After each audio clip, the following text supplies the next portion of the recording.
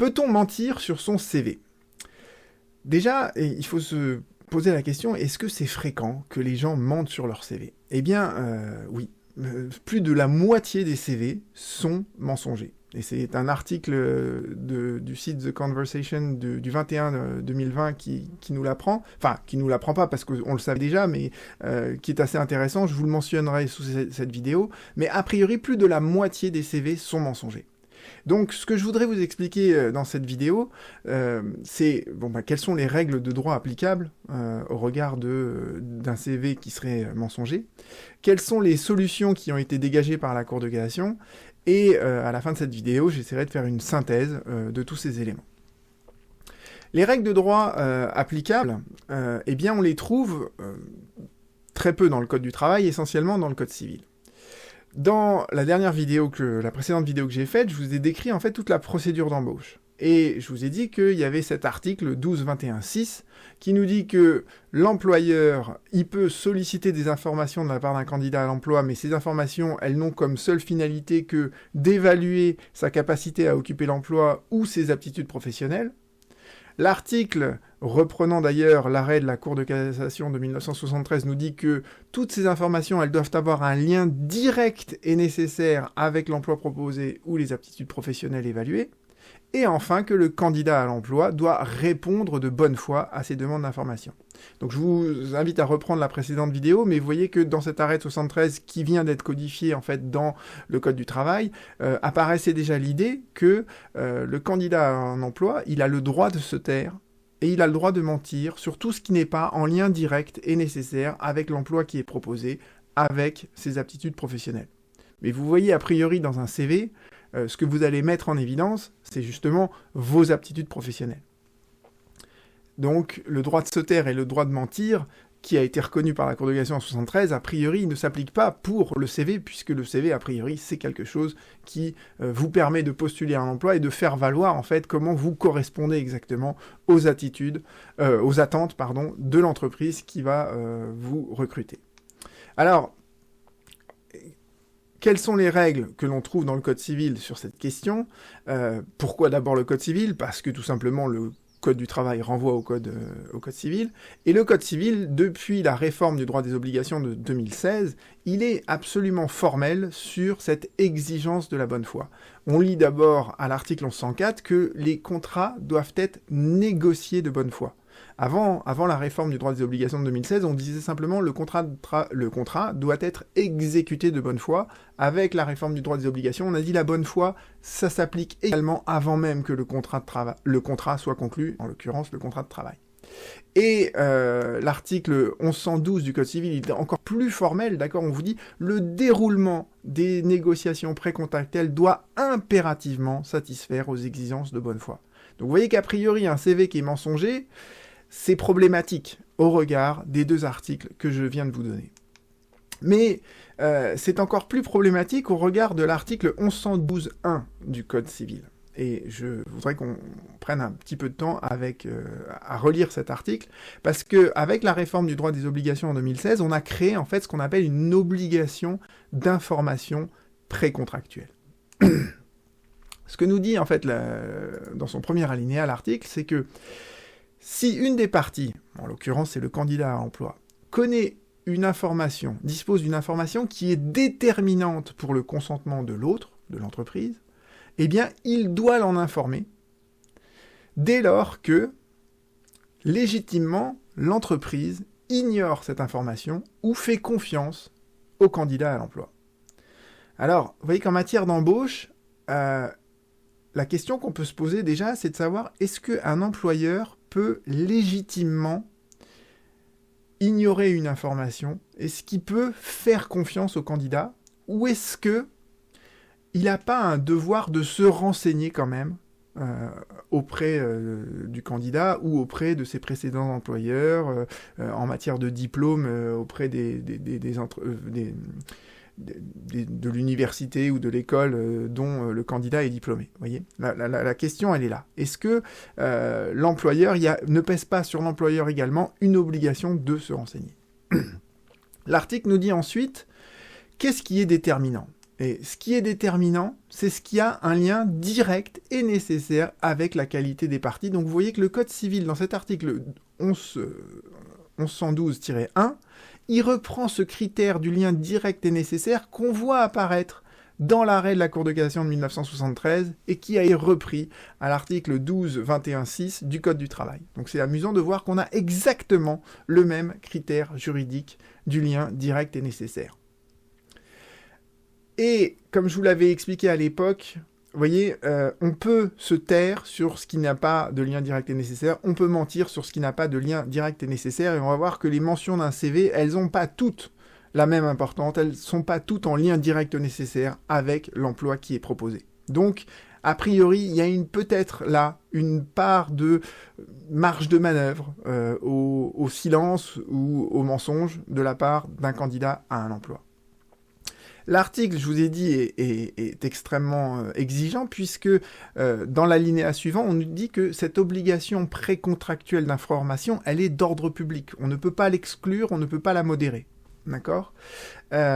Et dernière chose que nous dit l'article, c'est qu'il y a une double sanction au manquement à cette obligation précontractuelle d'information.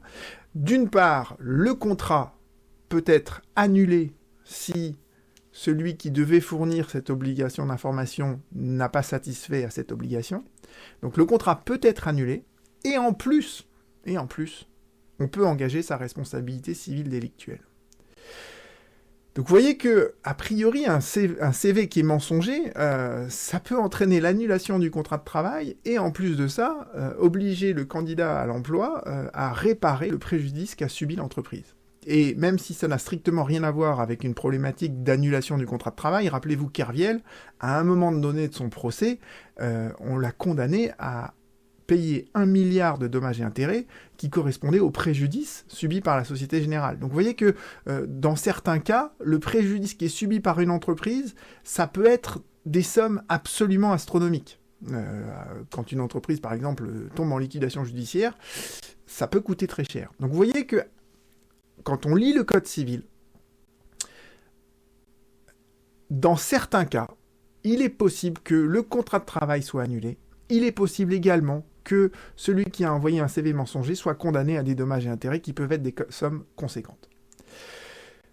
Alors, pour qu'il y ait ça, nous dit le Code civil à la fin, il faut que l'annulation du contrat soit prononcée, et c'est à toute fin, selon les articles 1130 et suivants du Code civil. Alors, il faut qu'on parle de ces articles-là. Pourquoi ? Parce que ça définit en fait une notion qu'on appelle le dol. Le dol, c'est, selon l'article 1137 du Code civil, c'est deux choses. C'est le fait en fait de mentir. Donc c'est le fait pour un co-contractant d'obtenir le consentement de l'entreprise. Donc le candidat obtient le consentement de l'entreprise en utilisant de manœuvres et de mensonges. A priori, un CV mensonger, c'est effectivement un acte positif, d'accord ? Donc on est à peu près dans ce cas de figure des manœuvres et des mensonges. Mais il y a aussi un autre dol, qui est ce qu'on appelle la réticence dolosive, c'est quand en fait on cache quelque chose, on ne mentionne pas sur un CV quelque chose qui devrait être porté à l'attention de l'employeur, par exemple une condamnation pénale précédente. Vous voyez, on va voir, il y a des exemples de la Cour de cassation sur ce domaine-là. Donc, vous voyez, ça c'est le dol. Et on nous dit que ce dol, et c'est l'article 1130 qui nous le dit, le dol, comme les autres vices du consentement, l'erreur et la violence, le dol, il est caractérisé en fait quand le mensonge, il est tellement important que c'est ça qui a conduit en fait l'entreprise à vous embaucher. Et ce caractère déterminant du dol, nous dit le Code civil, en fait, il s'apprécie au cas par cas. Il n'y a pas de... Il faut un mensonge qui est grave, vous voyez, mais ce mensonge, on ne peut pas le définir plus que ça, en fait, c'est au juge de l'apprécier au cas par cas, donc il n'y a pas de certitude dans la gravité, en fait, de ce qui constitue un mensonge. Et le Code civil ajoute, si on est en présence de ce type de mensonge suffisamment grave, alors on va pouvoir annuler le contrat, et là en l'occurrence le contrat de travail, c'est ce que confirme d'ailleurs l'article 1112-1 qu'on a vu précédemment. Alors, je vous ai expliqué donc l'obligation précontractuelle d'information, je vous ai expliqué ce que constitue un dol au regard du Code civil, maintenant regardons en fait les conséquences de la nullité. D'accord? Parce que les conséquences de la nullité, elles sont extrêmement dures, et en matière de contrat de travail, ça peut aboutir à des situations qui sont très problématiques. Et le régime de la nullité, en fait, il est défini à l'article 1178 du Code civil, dont je vous reprends les principes. D'abord, on nous dit, si le contrat ne remplit pas ses conditions de validité, donc s'il y a un dol qui empêche qu'il y ait un échange des consentements, alors le contrat est nul, soit c'est le juge qui le décide, soit les parties se mettent d'accord pour reconnaître que le contrat était nul. L'article ajoute ensuite que la nullité, en fait, c'est une fiction en droit. Le contrat, il est censé n'avoir jamais existé, mais pourtant, vous voyez, dans le cadre d'un contrat de travail, il a bien été conclu, le salarié a commencé à travailler, l'employeur l'a rémunéré, donc fictivement, par une fiction juridique, on dit, en fait, ce contrat, on l'efface, on fait comme s'il n'avait jamais existé, et donc, la conséquence qui en découle, et qui, elle, est redoutable, on s'oblige à des restitutions. Et vous voyez que c'est en ça que la nullité, c'est une sanction qui est terrible, c'est qu'on doit tout restituer pour faire comme si le contrat n'avait jamais existé. Et pour un contrat de travail, ça veut dire que le salarié va devoir rembourser tous les salaires que l'employeur lui a versés. Alors évidemment, l'employeur, il ne peut pas restituer au salarié le travail que celui-ci a fourni. Donc ce qu'on fait dans ces cas-là, c'est ce qu'on appelle une restitution par équivalent, c'est-à-dire qu'en fait, on va dire l'employeur va devoir payer au salarié l'équivalent de cette prestation de travail.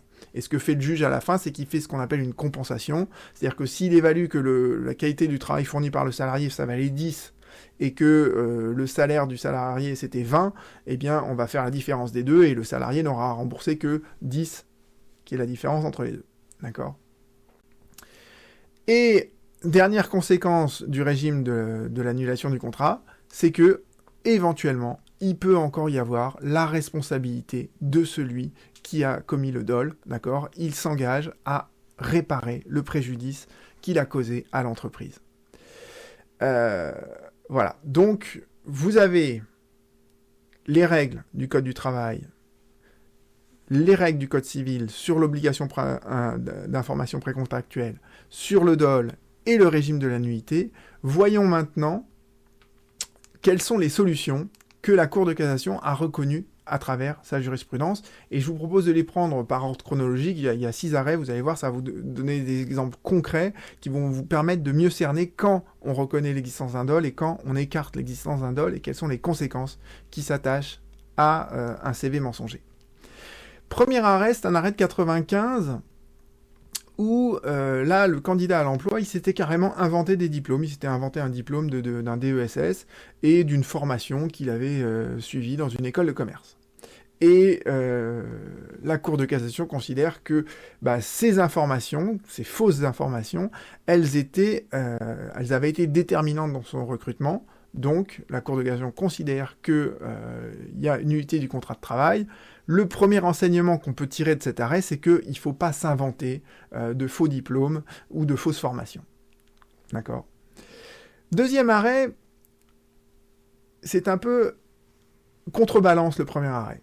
Là, vous aviez une salariée, en fait, qui a, sur son CV, mentionné, sur une ligne, qu'elle avait été assistance de responsable de formation chez Renault. Donc, vous voyez, a priori, un truc un peu ronflant. Mais en réalité, c'était juste un stage où elle avait fait de l'anglais, entre guillemets, quoi. Et la Cour de cassation, là, nous dit, eh bien, cette mention, elle était imprécise et susceptible d'une interprétation erronée. Donc, c'est pas une manœuvre frauduleuse. Alors, c'est un arrêt qui nous montre que, eh bien, en fait, on peut pas s'inventer de faux diplômes ou de fausses formations, mais on a le droit de faire des mentions qui sont imprécises sur le CV. On a le droit, entre guillemets, d'enjoliver son CV. Et pourquoi, en fait, on a le droit d'enjoliver son CV ? Sans doute parce que, au cas d'espèce, vous voyez, ce mensonge, il n'était pas absolument déterminant au regard de l'emploi qui a été proposé à la salariée ou au regard de l'évaluation de ses aptitudes professionnelles. On peut gonfler un peu, entre guillemets, son CV par des formules qui sont un peu imprécises, un peu laudatives. C'est pas ça qui va tromper complètement l'employeur.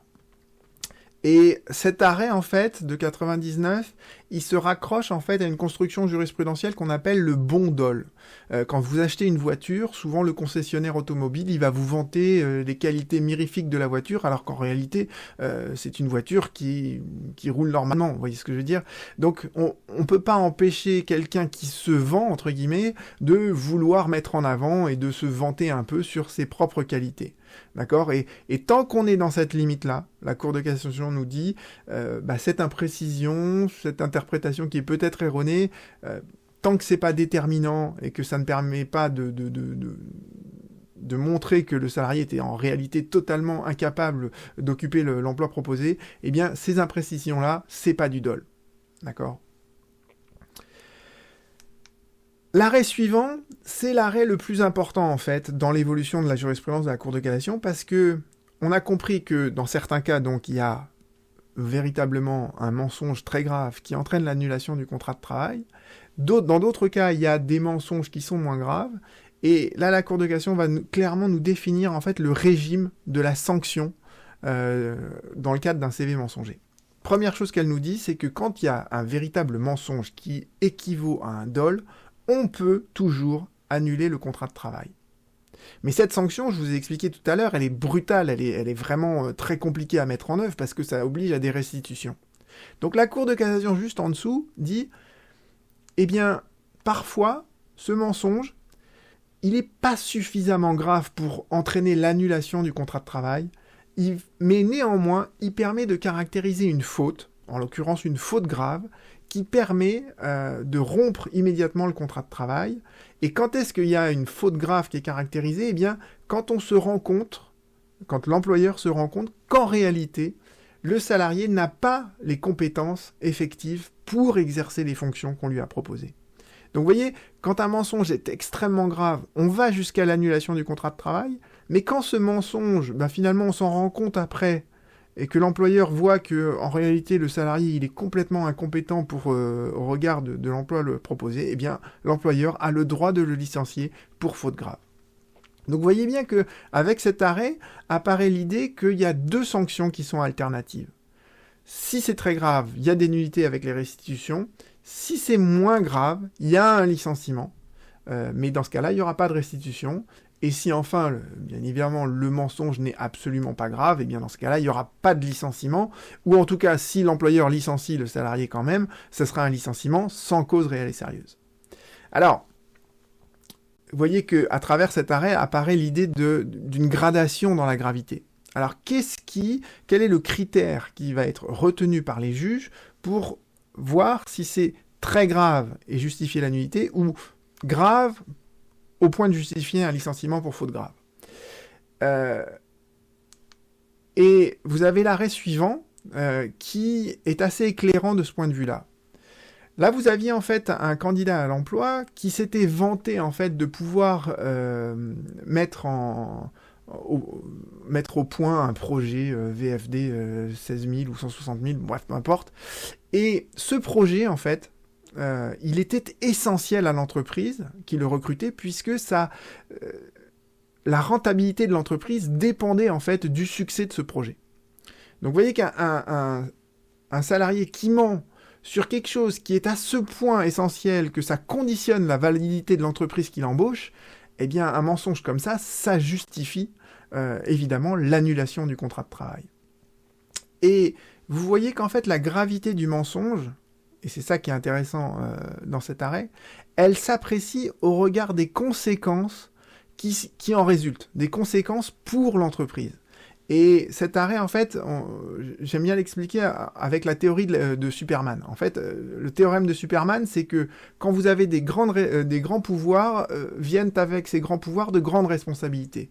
Si on vous propose un poste qui est stratégique dans l'entreprise, que vous mentez et que ça met en péril l'entreprise, eh bien, il y aura nullité du contrat de travail. À l'inverse, si vous êtes recruté pour un poste qui est, disons, plus subalterne, que vous avez donc moins de responsabilités, eh bien, votre mensonge, il n'aura aucune conséquence sur la marge de l'entreprise.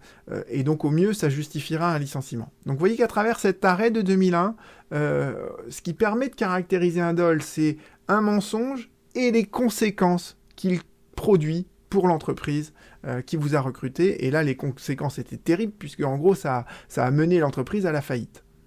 Et encore une fois, en cas de nullité du contrat de travail, n'oubliez pas que, outre les restitutions auxquelles le salarié va devoir procéder, il pourra éventuellement être condamné à réparer le préjudice subi par l'entreprise. Et dans le cadre d'une liquidation, ça peut être des sommes très importantes. Autre arrêt, qui est aussi intéressant, puisque là, en fait, la Cour de cassation ne va pas reconnaître l'annulation du contrat de travail, mais elle va considérer que le licenciement était justifié pour une faute grave. Alors, qu'est-ce qui s'était passé? En fait, c'était une candidate qui avait été recrutée pour être aide comptable. Elle n'était pas comptable, elle était simplement aide comptable, mais elle avait falsifié son CV. Et ce qui est intéressant dans cette falsification, c'est que je vous ai dit qu'on peut s'inventer des diplômes, s'inventer des formations auxquelles on n'a pas... qu'on n'a jamais faites. Donc ça, ce sont des actes positifs de mensonges, hein, c'est ce qu'on appelle des manœuvres dolosives, mais il y a aussi un autre type de mensonge qui est le fait de se taire, c'est la dissimulation, d'accord? Et là, en l'occurrence, c'était un cas de dissimulation, puisque la salariée avait oublié, enfin, en tout cas, elle avait sciemment pas mentionné qu'elle avait été préalablement condamnée pour avoir commis des détournements de fonds, ce qui est un peu gênant quand on travaille dans une étude, dans un cabinet comptable. D'accord? Même si on n'a qu'un travail d'aide comptable. Donc vous voyez bien que à travers cet arrêt apparaît aussi l'idée que le CV il peut être mensonger par ce qu'il ne mentionne pas. D'accord? Et la Cour de cassation dans cet arrêt considère que les faits ont été découverts par l'employeur juste avant le licenciement, et au regard des fonctions exercées par la salariée, ça justifiait son licenciement pour faute grave. Alors, cet arrêt, il est intéressant dans cette deuxième partie. Pourquoi? Parce que ça reprend en fait le critère de l'arrêt précédent que je vous ai dit. On regarde en fait le mensonge au regard des conséquences qu'il crée, et notamment au regard des fonctions qui sont exercées par la salariée. Ici, donc, c'était une aide comptable, c'était pas une comptable. Donc vous voyez que si on reprend le théorème de Spider-Man, elle avait peu de pouvoir, et donc elle avait pas des responsabilités trop grandes.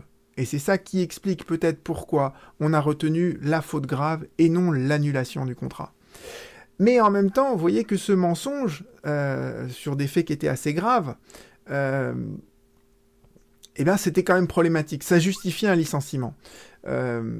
Pourquoi? Parce que, typiquement dans une ville de taille modeste, si cette condamnation-là, elle a été un peu médiatisée dans la presse locale, vous voyez que pour le cabinet d'expertise comptable, ça crée un malaise que des clients vous disent « mais finalement, votre aide comptable, elle a quand même été condamnée pour des détournements de fonds, j'ai pas très confiance dans un cabinet d'aide comptable, de comptabilité qui embauche ce type de personnes. » Donc vous voyez, c'est ça qui a pu justifier ce licenciement pour faute grave, d'accord? Donc, voilà, à travers les deux arrêts que je viens de vous donner, on voit vraiment apparaître l'idée que le mensonge, on regarde ses conséquences au regard de l'entreprise, d'accord, et également au regard des fonctions qui ont été confiées aux salariés. Cet arrêt, il pose également une question, c'est de savoir est-ce que l'employeur peut exiger, avant que vous soyez embauché, que vous fournissiez votre casier judiciaire. Alors, la réponse à ça, elle n'est pas tout à fait tranchée. On considère qu'en fait, ça dépend de l'emploi qui est occupé. Manifestement, pour un comptable, vous voyez, pour un cabinet de comptabilité, c'est pas délirant de demander un extrait du casier judiciaire pour les aides comptables. En revanche, pour un laveur de vitres, et je prends l'exemple du laveur de vitres parce vous verrez que c'est un exemple récurrent dans les travails. Pour un laveur de vitres, c'est pas très grave de savoir s'il a un casier judiciaire ou pas. Chacun a le droit finalement de reconstruire sa vie ensuite. Voilà. Donc, voilà, pour l'extrait du casier judiciaire, encore une fois, je vous dis, ça dépend.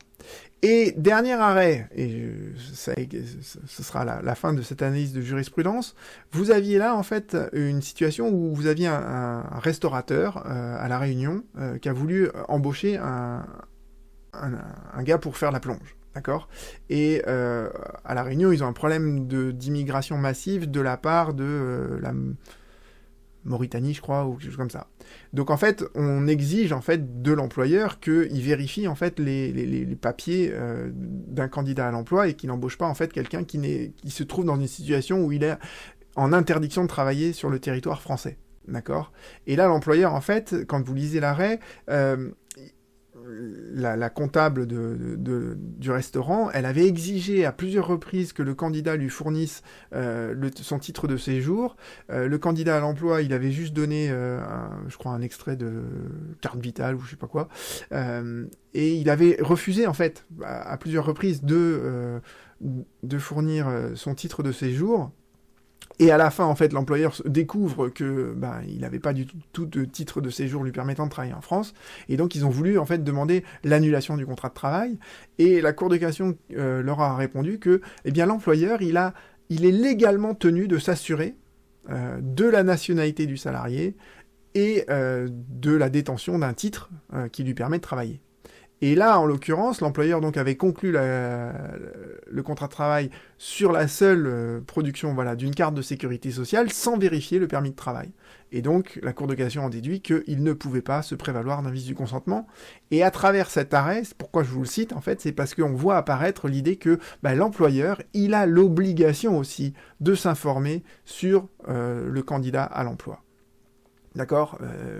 Et cette obligation-là, elle va disculper finalement le salarié de n'avoir pas fourni certaines informations, et en tout cas, elle empêche qu'il y ait une annulation du contrat de travail. Donc, si l'on veut synthétiser en fait tout ce que je viens de vous exposer, alors, mentir sur son CV, ça peut être sanctionné de deux manières. La manière la plus brutale, c'est l'annulation même du contrat de travail, et je vous ai expliqué à quel point c'était une solution qui était brutale, puisque ça oblige à des restitutions, et notamment ça oblige le salarié à restituer l'intégralité des salaires que l'employeur lui a versés. Et au-delà des problèmes des restitutions, ça peut aussi engager sa responsabilité personnelle si l'entreprise a subi un préjudice. Deuxième sanction, alternative à la première, le mensonge sur le CV, ça peut être sanctionné par un licenciement pour faute grave, ce qui justifie que le salarié quitte immédiatement l'entreprise. Pour l'instant, ça n'a pas été encore reconnu en jurisprudence, mais je pense qu'on peut également licencier dans ces cas-là un salarié pour insuffisance professionnelle. Le salarié a menti sur son CV, au regard des fonctions qu'on allait lui confier, on se rend compte que il est incapable d'exercer ses fonctions. Plutôt que de le licencier pour faute grave, on peut simplement le licencier pour insuffisance professionnelle, et à mon avis, la cause réelle et sérieuse dans ces cas-là, elle est caractérisée. Donc ça, c'est les deux sanctions qui sont possibles. Dans quel cas est-ce qu'on est en présence d'un mensonge qui constitue un véritable dol et qui justifie l'annulation du contrat de travail ? Eh bien, selon la Cour de cassation, lorsqu'on s'invente des diplômes et des formations que l'on n'a jamais suivies, lorsqu'on prétend avoir des compétences qui sont absolument essentielles à l'entreprise qui vous recrute, et je pense notamment à l'arrêt dans lequel en fait le salarié avait menti sur la réalisation d'un projet dont dépendait la viabilité de l'entreprise. Et le critère qui se dégage dans la Cour de cassation, c'est que le mensonge, il s'apprécie en fait au regard des fonctions qui sont exercées. D'accord ? C'est ça le critère principal. Et on regarde également, autre critère, les conséquences que cela engendre pour l'entreprise. D'accord ? Si vous voyez que la personne elle est absolument incapable d'exercer ses fonctions, et que ça peut avoir des conséquences sur l'entreprise, on est bien dans un cas où il y aura une annulation du contrat de travail et éventuellement on va engager la responsabilité du candidat s'il a causé un dommage à l'entreprise.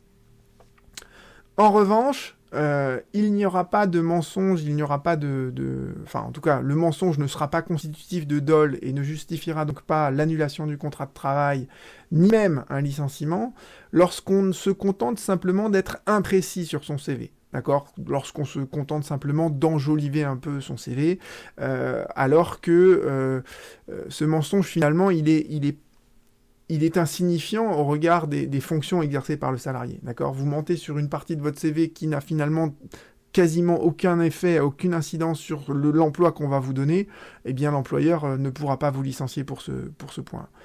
Et dernière chose aussi, il ne faut pas oublier que certes, le salarié n'est pas censé mentir sur son CV, mais l'employeur, lui aussi, il a parfois des obligations de vérifier, par exemple, que vous êtes autorisé à travailler, d'accord? Donc il y a quand même une part que reconnaît la Cour de cassation, une part d'obligation pour l'employeur de s'informer sur ce qui est mentionné dans le CV.